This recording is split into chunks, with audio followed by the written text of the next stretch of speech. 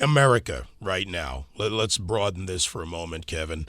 We're in an economic downturn. We've got a lot of challenges and issues. What would you say to the people of America? I mean, I've heard you talk about things on shows and whatever. Give us some advice here. Maybe somebody will pick up and go forward with it. Well, I think the biggest thing is we got to get past a government that wants to do everything for us. I've got a lot of friends who are JFK fans. I was a JFK fan, and I said, well, then listen to what JFK said. I mean, if you listen to the guy in his inauguration speech, he says, ask not what your country can do for you, but what you can do for your country. That's not a socialist talking. That's a capitalist talking. And this country was built on capitalism. It was built on people working hard and striving. Every successful person I know, every person that has had success, not these kids born with a silver spoon, the people that brought themselves up from nothing, became millionaires, billionaires, CEOs, they all failed. They all failed over and over and over again. And they use those failures as a positive. They didn't use it as a negative and just give up and say, well, it's the government's fault. They said, I'm going to make this happen. I'm going to make it happen and make it happen. No one has ever been hired by a poor person.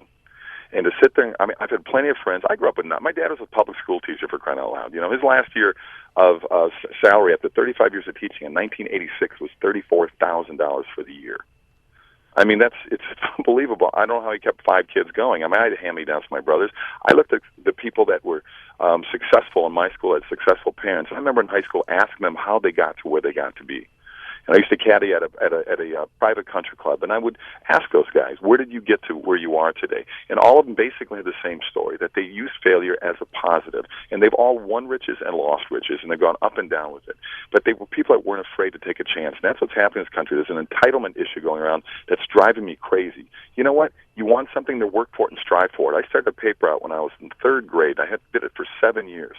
I worked my butt off. I got up at 4:30 in the morning, 6 mornings a week for 7 years. And when I was old enough to buy a car, I bought it with my own money, and I appreciated it. I kept it clean. I kept it working. I exchanged the oil. I mean, it's a weird thing going on in this country right now. I don't quite understand it. Why more and more people just want to be lazy. The welfare system is so abused right now, and people can call me what they want. I'm one of the true independents of Hollywood. I vote a Democrat. I vote a Republican. I vote with my head and my heart. I don't vote with my anger.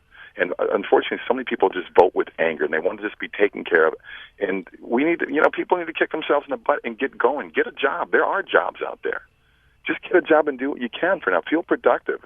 And, we got to get a government that doesn't want to take over everything all the time. And it's just, it's not helpful. Spending money doesn't help. We've gone from $4 trillion in debt to $14 trillion in 2.5 years. Yeah, I mean, it's ridiculous what we're doing ourselves as a culture and a country. Look, if you're going to vote, I say make an informed decision. I'm with you. Take your head into it and take your heart into it. That's part of the equation.